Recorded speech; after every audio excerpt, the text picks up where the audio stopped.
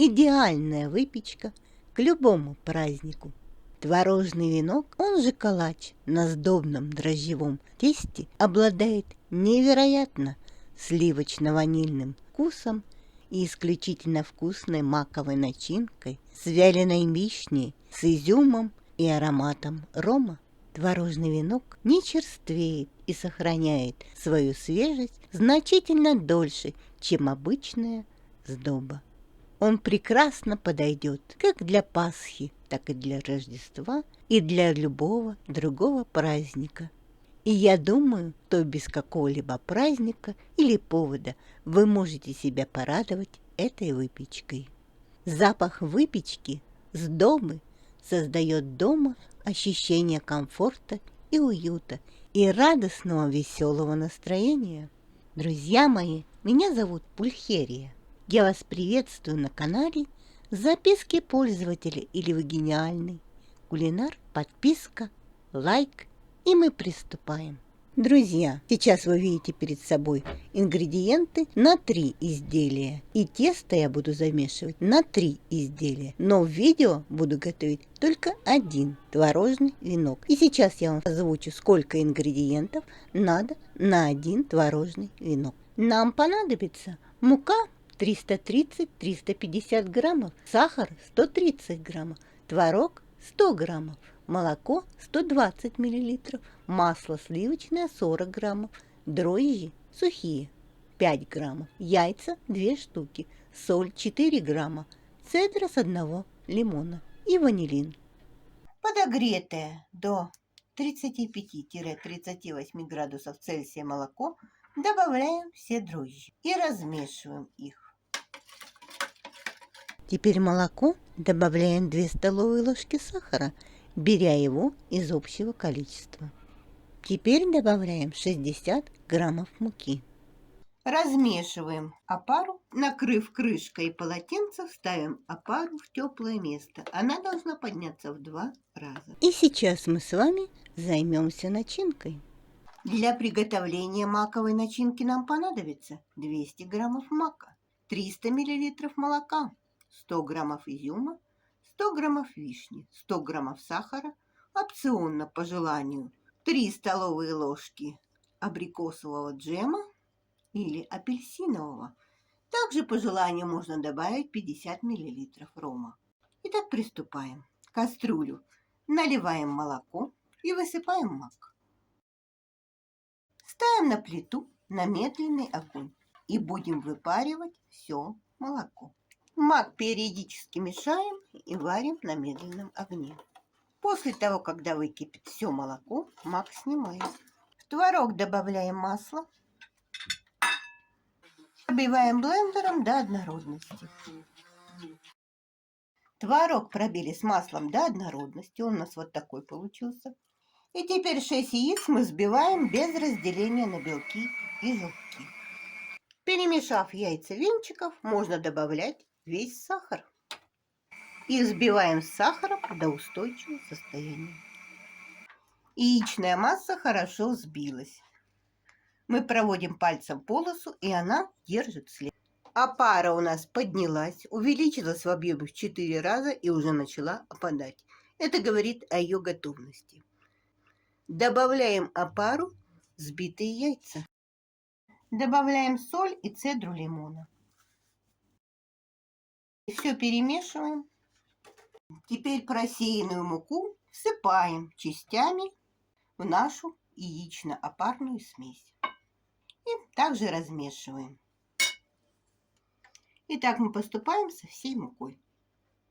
Добавив всю муку и тщательно перемешав, мы переходим на рабочую поверхность. Поверхность мукой не припыляем. Если тесто липнет, то можно помогать себе скребком.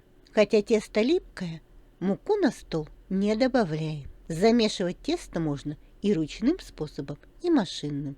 Допустим, на тестомесе, планетарном миксере или ручном миксере.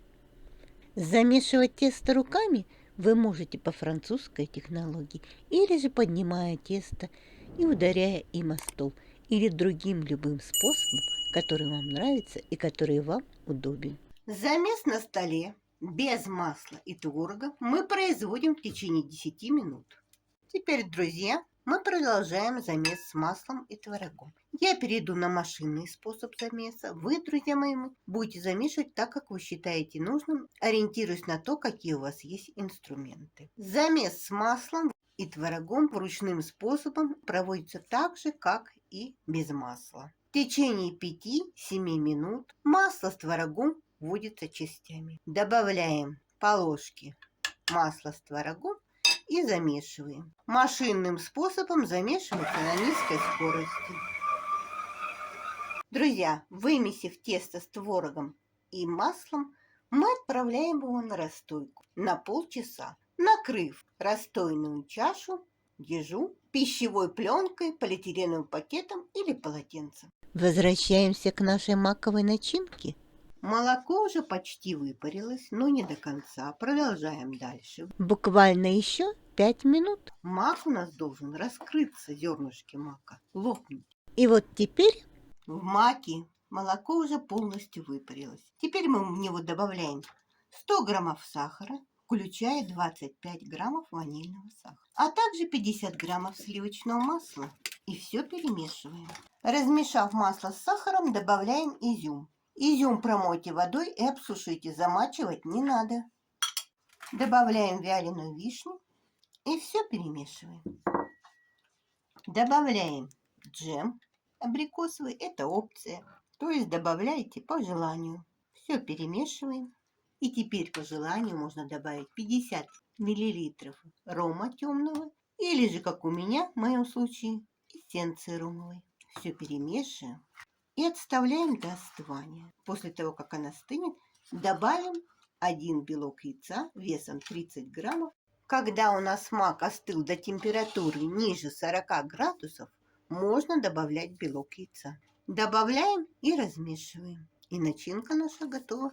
Тесто поднялось, и теперь мы делаем первую обмельку. Кладем тесто на рабочую поверхность, которая смазана небольшим количеством растительного масла, так же, как и руки. Муку не подсыпаем. Тесто формируем плоский квадрат и сворачиваем его конвертиком, начиная с нижнего края, затем верхний, а затем поочередно с боков.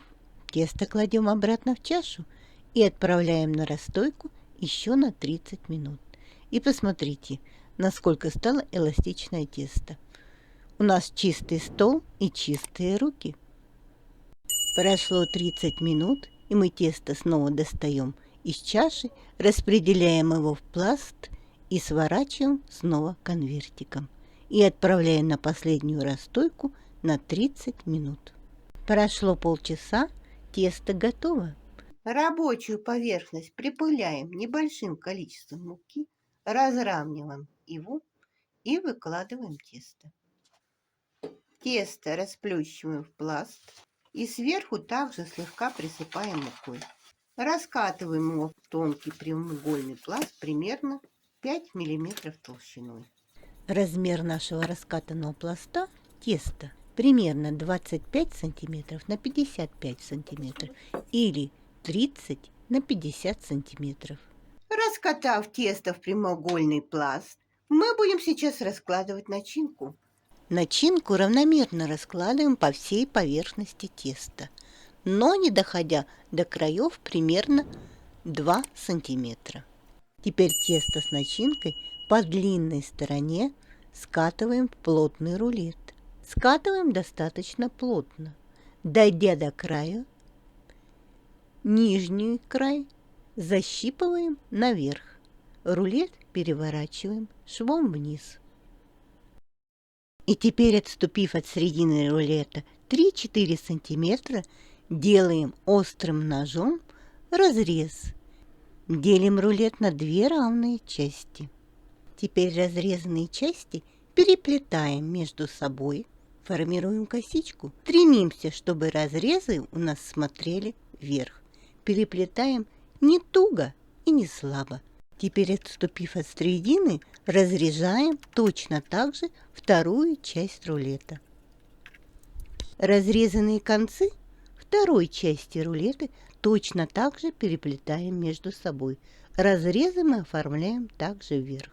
Концы венка соединяем между собой и переносим венок на противень, смазанный растительным маслом, и отправляем на расстойку примерно на 40 минут в теплое место, предварительно накрыв венок полотенцем. 40 минут прошло, наш венок увеличился в объеме. Я его декорировала цветами и листиками. Теперь ставим венок в разогретую до 170 градусов духовку. Выпекся наш венок. И посмотрите, какой он красавец. В моем случае он выпекался 55 минут. Время выпекания от 40 минут. Проверяем на сухую зубочистку. Время выпекания индивидуально и зависит от особенностей вашей духовки. Сейчас я присыплю венок сахарной пудрой и декорирую цветной посыпкой. Друзья мои, какой стоит невероятный, волшебный, божественный аромат. Но о вкусе я не буду говорить. Могу сказать только одно. Любой гурман просто будет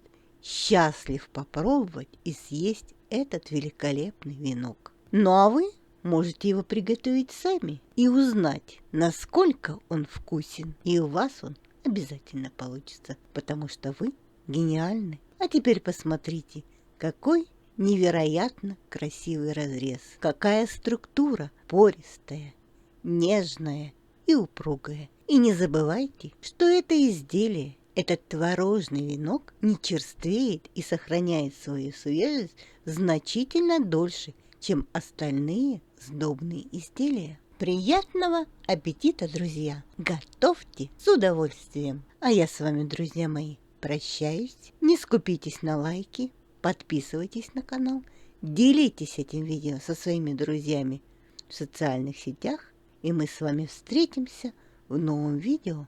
Пока-пока! С вами была Пульхерия.